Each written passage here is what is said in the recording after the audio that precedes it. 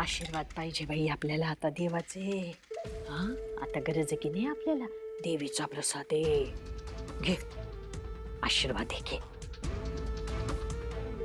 अगं असं प्रसादाला नाही म्हणून हे घे बाळा, घे घे आशीर्वाद आहे.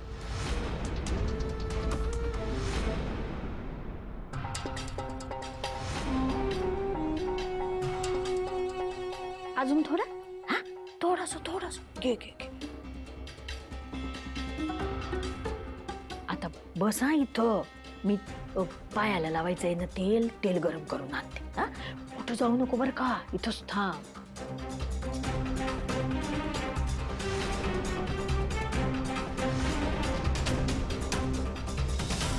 बस.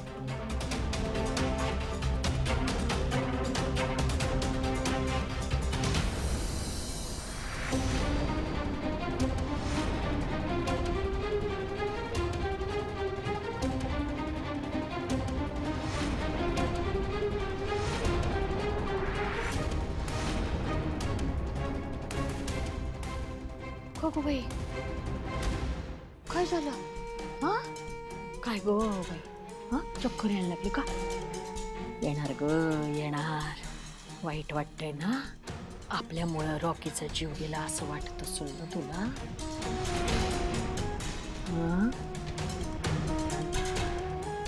खरंच आहे ना मग ते तुझ्यामुळेच गेलाय किती रॉकीचा जीव. तो येत होता की नाही त्याचा एकटा, तूच त्याला म्हणालीस मी तुला घ्यायला येते. हा हॅलो, हा शिवा. बाईचं साखरपुडा तयारी झाली की नाही? हो मी तयार आहे. मी येते घ्यायला बाई. आणि घ्यायला गेलीस तो काय झालं बाई? अगो तू ट्रक खाली येणार होतीस तर तुला वाचवायला रॉकी आला आणि रॉकीच गेला.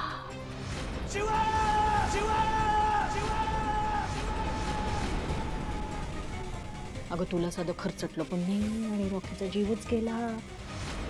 रॉकी काय होते? रॉकी इथे बघ माझ्याकडे बघ. चूकच घडली ग बाई, तुझ्या हातून चूक घडली. आणि साधी सुधी चूक नाही ग, घोडचूक घडली नाही का? एखाद्या माणसाचा आपल्यामुळे जीव जातो म्हणजे केवढी मोठी चूक आहे ही.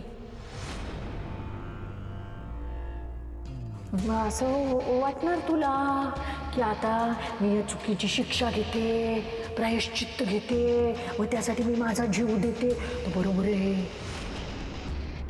आहे, तसंच करायला हवं. हा स्वतःचा जीव दे म्हणजे त्या पापातून मुक्ती मिळेल.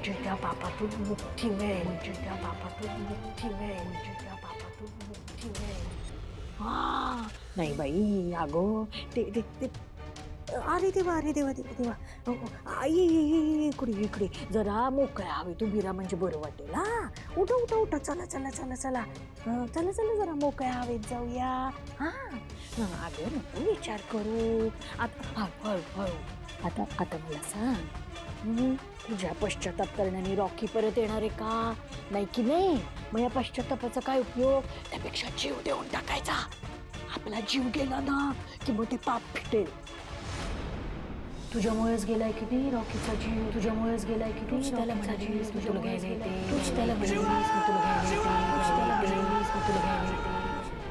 रॉकी काय होते?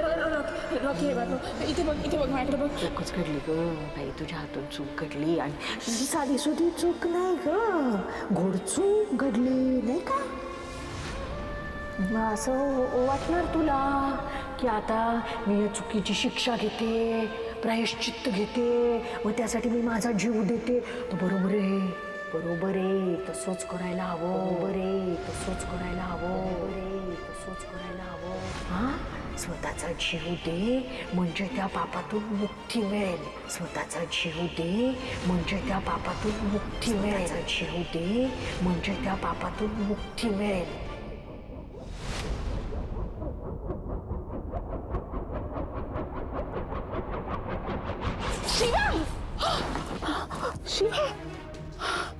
शिवा काय करत होतीस तू? शिवा बाळा काय करत होतीस? अगं तू आता खाल्ली. शिवा, अगं मी आले नसते तर आता काय झालं असतं?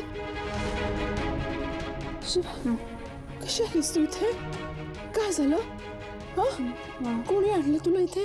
मला नाही माहिती ते. मला नाही माहित मी इथे. हो. शांताबाई, शांताबाई, काय झालं? काय झालं काय विचारता? कुठे होता तुम्ही? आता शिवा हो, खाली पडणार होती ती. तुम्ही मला म्हणाला होता तिला तिच्या रूम मध्ये घेऊन जाते म्हणून. मग कुठे गेला होता? अहो मी तिला प्रसाद भरवला आणि हे तेल गरम करायला गेले तेवढ्यात ही पोरगी इथं कशी काय आली कळलंच नाही हो मला. शिवा बाळा, तुला काय आठवते? हं, कशी आलीस तू इथे?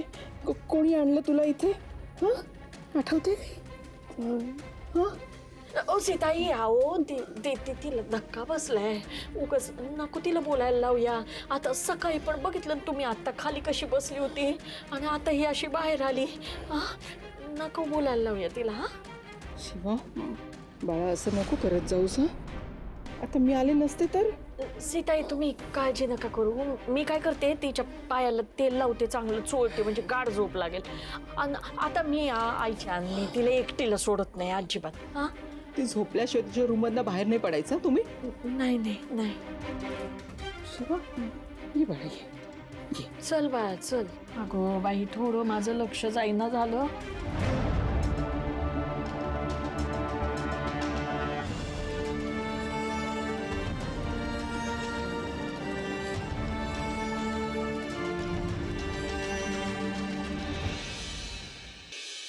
कशी आहे रे आता?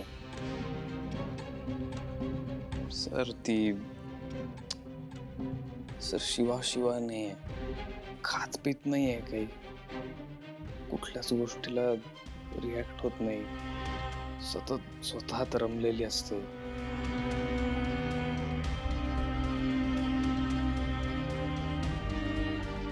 धक्का जेवढा मोठा आहे, त्या धक्क्यातनं बाहेर पडणं सोपं नाही. आणि काय ना, ह्या वस्तीतच ती वाढली, मोठी झाली.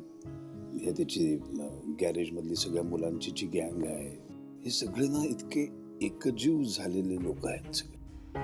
आणि त्यातला एक रॉकी गेलाय रे. त्यामुळे दुःखाचा डोंगर कोसळणं स्वाभाविक आहे. तिच्यावर काय, सगळ्यांवरतीच कोसळलाय तो. खरंय. मला काय वाटतं माहितीये, हे सगळे जर परत एकत्र आले ना, म्हणजे ही सगळी गँग जर एकत्र आली तर त्यातनं बाहेर पडणं तिला सोपं जाईल. मी खरं तर ना तिला भेटायला येणार होतो. मी विचार केला, जाऊ दे 2-3 दिवस जरा सगळं नॉर्मल झालं की मग येईन भेटायला. किंवा मग ती शाळेत येईलच ना 2-4 दिवसांनी, तेव्हा मी तिच्याशी बोलायचं. सर, मला नाही वाटत शाळेत येईल ते. म्हणजे ही घटना घडली त्यानंतर सगळ्यांनाच धक्का बसला, पण सर शिवानी सगळी घटना स्वतःच्या डोळ्यांनी बघितली. तिने रॉकीला जाताना पाहिले. इनफॅक्ट तिच्याच मांडीत रॉकी गेला. त्यानंतर तिने त्याला उचललं, घरी आणलं. या सगळ्यामध्ये तिला खूप धक्का बसलाय आणि ती त्यामुळे काही बोलत नाहीये, कशालाही रिॲक्ट होत नाहीये, काही ती व्यक्तच होत नाहीये. सर, तिने व्यक्त होणं खूप गरजेचं आहे. आणि त्यात मी तिला शाळेबद्दल विचारलं. ती मला म्हटली, या सगळ्याला काही अर्थ नाही आता. मला यात तिच्या म्हणण्याचा अर्थच नाही कळलाय. तिने शिकणं गरजेचं आहे ना. आणि मला रडता येत नाही हो तिच्या समोर. सर, मग कळत नाही काय करायचं. मला त्रास होतोय खूप. होईल पण काळ हे औषध असतं प्रत्येक गोष्टीवरचं. काय ना, त्या रॉकीला लहानपणापासून मोठं होताना पाहिलंय, त्याचं स्वप्न पूर्ण होताना पाहिलंय. ती पाठीशी खंबीरपणे उभी राहिली त्याच्या. आणि अचानक तू डोळ्यासमोर जातो, त्यातनं बाहेर काढायला लागेल पण तिला. सर, खरं सांगू तर मला काहीच सुचत नाही. माझं डोकंच काम करत नाही. सगळं जग थांबल्यासारखं वाटतंय. एक काम कर, तसं कर. नक्की ती बाहेर येईल या सगळ्या संकटातून.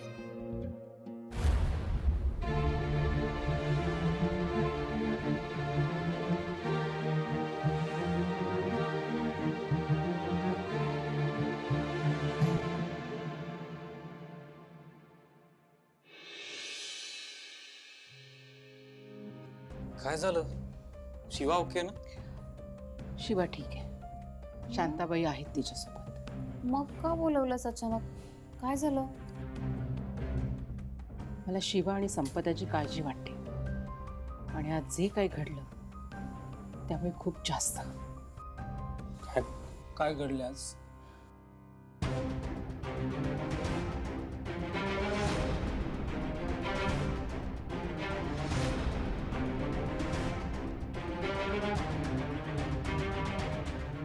बापरे, बरं झालं तू वेळेवर पोहोचलीस.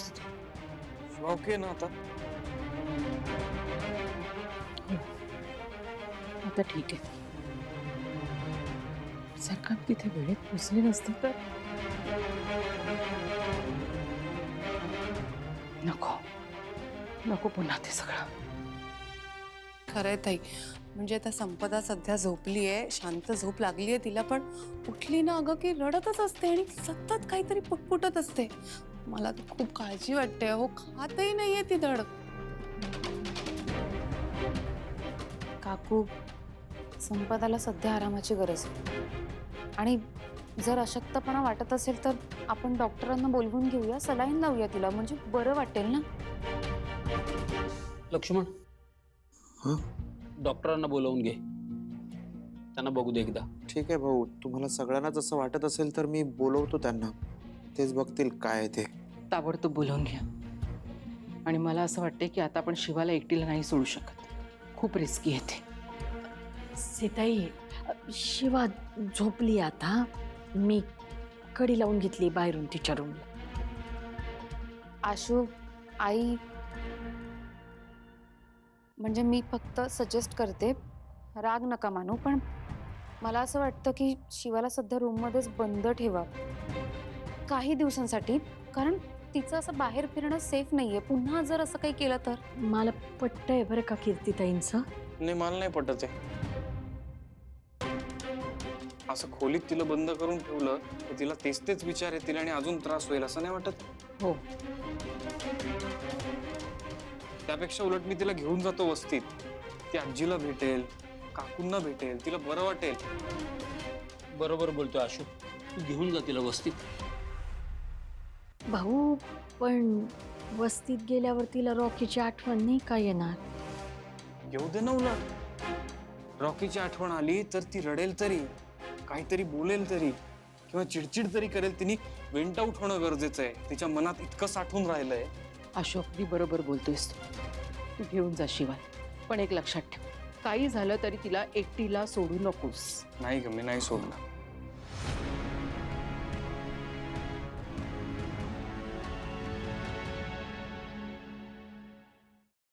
अगं पण अशी कशी वाचली शिवा? हातातोंडाशी आलेला घास केला रे. अशी छान त्या कठड्याच्या टोकापर्यंत आली होती. नेमकी ती सीताई तडमडली. मग तूच ढकलायचं ना तिला, कुणालाही कळलं नसतं. डोक्यावर पडलायस का तू? हा, तू तू तुझं डोकं चालवू नको रे बाबा. मी करते काय करायचं ते बरोबर करते सगळं. तुला खूप घाई झाली आहे. आई, हे बघ, माझी ना एवढीच इच्छा आहे की शिवाचा पत्ता लवकरात लवकर कट व्हावा, म्हणजे आपल्यासाठी सगळे दरवाजे उघडे राहतील. होणार होणार, सगळं होणार. आई, मला ना एक आयडिया सुचली आहे. काही कामाची नसणारच आहे, पण बोल. ती तू ऐक तरी ना. बरं बोल. हा, हे बघ, तू ते शिवाला प्रसादामधून गुंगीचं औषध देतेस ना, त्याचं प्रमाण आपण वाढवलं तर शिवा लवकर. म्हटलं होतं ना, काही कामाची नसणारी आयडिया. अरे, त्या प्रसादामुळे ती मेली तर तो प्रसाद कोण खाऊ घालत होतं? शांताबाई. अडकलं ना आपण. हा, म्हणून मी तुला म्हणते, तू काही करू नकोस. मी बरोबर सगळं करतेय. तू शांत राहा. शांताबाई आहे ना, प्रत्येक काम शांततेत करते.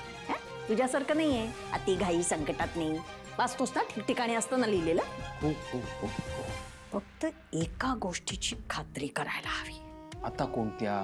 ती शिवाय ना या दुःखात अशी बुडून गेली पाहिजे. या दुःखात तिला बाहेरच येऊ द्यायचं नाही. म्हणजे मग तो प्रसाद खाऊ घालण्याच्या निमित्ताने हळूहळू हळूहळू तिला त्या प्रसादातून गुंगीचं औषध देता येईल आपल्याला. एकदम मारून टाकायची नाही तिला, कळलं? हळूहळू हळूहळू द्यायचं, म्हणजे आपल्यावर कुणाला संशय येणार नाही. कळतंय का? करेक्ट, असंच करूया. हे बघ, ती जास्तीत जास्त दुःखात कशी राहील हे आम्ही बघतो. तू फक्त रेडी राहा. आम्ही म्हणजे कीर्तीला सांगितलंयस का तू? ए बाबा, सकाळी ती काहीतरी बोलत होती, मी नीट ऐकलं नाही. नाही नाही नाही, अगं मी तिला नाही सांगितलंय आणि सांगणारही नाही. आम्ही म्हणजे मी स्वतःला आदरार्थी असं संबोधलं, पण अगं नाही तिला सांगणार, आणि जरी सांगितलं तरी तुला विचारून मगच सांगितलं. झालं? तिला सांगायचंच नाहीये, हा मुद्दा आहे की नाही? काही झालं तरी देसाई आहे की नाही ती? ती माती खाईल आणि आपल्याला भारी पडेल, कळतंय का? अगं पण तुझ्या लक्षात येतंय का, आज तिच्या नकळत का होईना तिने आपल्याला मदत नाही का केली? अरे हे बघ, ती मदत करो नाही तर न करो, तिच्यापासनं ही गोष्ट लपवायची, एवढं लक्षात ठेव. Okay okay. आणि आता निघित नाही, ते प्रवचन भाषण चाललंय.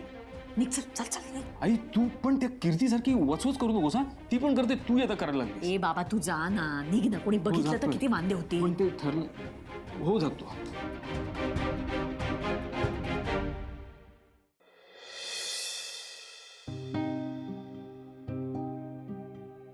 बाळा, कसं वाटतं बाळा?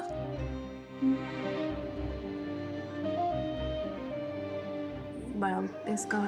थोडं काहीतरी खाऊन घेतेस? थोडंसं खा ना, बरं वाटेल. आणू काहीतरी? ए राजा, आणू काहीतरी? खातेस?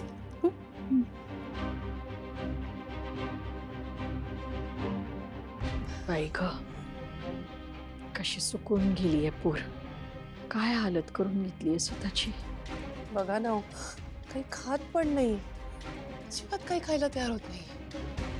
बाळा बाळा, अशाने तुझी तब्येत अजून खराब होईल ग राजा. थोडं खा ना ग. मी काय म्हणते उर्मिलाताई, तुम्ही गरम गरम वरण भात घेऊन येता का तिला? म्हणजे गरम गरम असलं का पोटात पटकन जाईल. हा, मी देवीचा प्रसाद घेऊन आले, तो खाऊ घालते तोपर्यंत. बर, हा बाळा, मी आणते. हा, लगेच येते.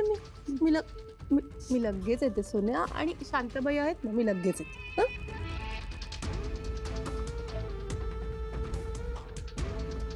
आहे मी.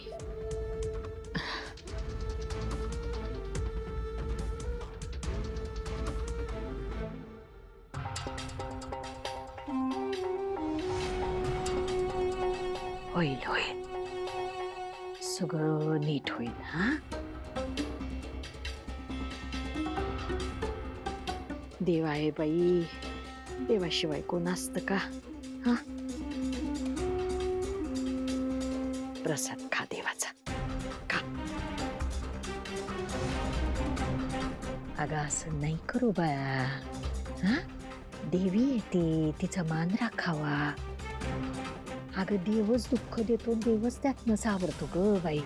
हा, खा जरा, म्हणजे बरं वाटेल.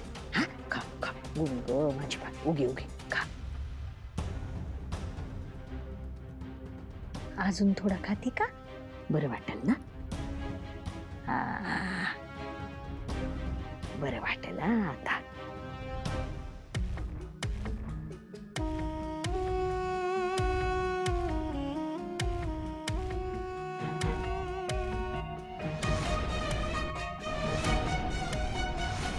झालं का काम? आठवतंय का कशी ती शिवा आली होती ग, हातावर अशी रॉकीला घेऊन, रक्तानं माखलेला. बाई बाई, शिवामुळेच झालंय सगळं, तिनेच केलंय.